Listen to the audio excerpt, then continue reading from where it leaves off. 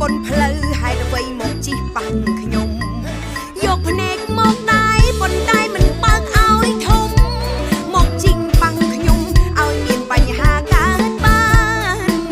បញ្ហាកើតបានសុំទុំផងណាភ្លឹកមើលផ្ទះសង្សារចាស់ប្រហែងប្តេផ្ដាស់ទើបប៉ះពីដល់កលយាចាំបងជួយសងអូនយកសំណងប៉ុន្មានយកទាំងខ្លួនប្រាណនាងអើយក៏បានដែរណាក៏បានដែរណា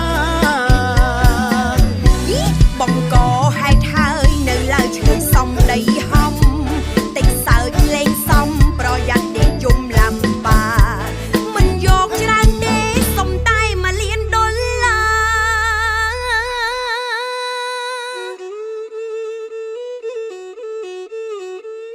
ទុកគ្រាន់ព្យាបាលរបួងរលាត់ជើងដៃខ្ញុំយកគូថ្លៃលឺពីអូនហើយអូនណៃបងស្ទើរតែដួលអាចជួយសម្រួលសំរុំជាងនឹងផងស្រីអូនយកប្រពន្ធនឹងបងមានលក្ខខណ្ឌមួយថ្លៃណែ1លានក៏1លានដែរប៉ុន្តែស្ដាប់លក្ខខណ្ឌបងសិនទោះតែចរណៃយកបងធ្វើប្តីទៅណាព្រមទេជីវ៉ាជួបគ្រួងជួបញ៉ែពូមីងកាបែកខ្លាំងណាស់បងស៊ូមុខក្រាស់ឲ្យតែអូនព្រមស្នេហាជួបញ៉ែកូនគេមានមេមានបាបើអូនមេត្តាបងយល់ព្រមសងសំណងជូនទៅអូនភ្លាម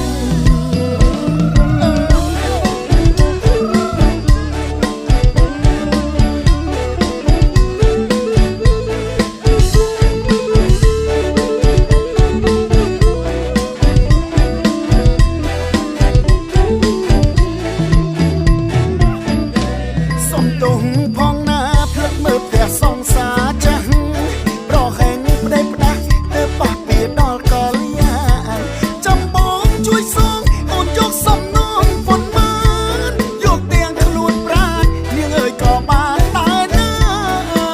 ក៏បានដែរណាបងក៏ហេតុហើយនៅឡើយឆ្លើយសំដីហំតិចសើចលេងសំប្រយ័ត្នទេយំលំបាមិនយកច្រើនទេសុំតែ1លានដុល្លា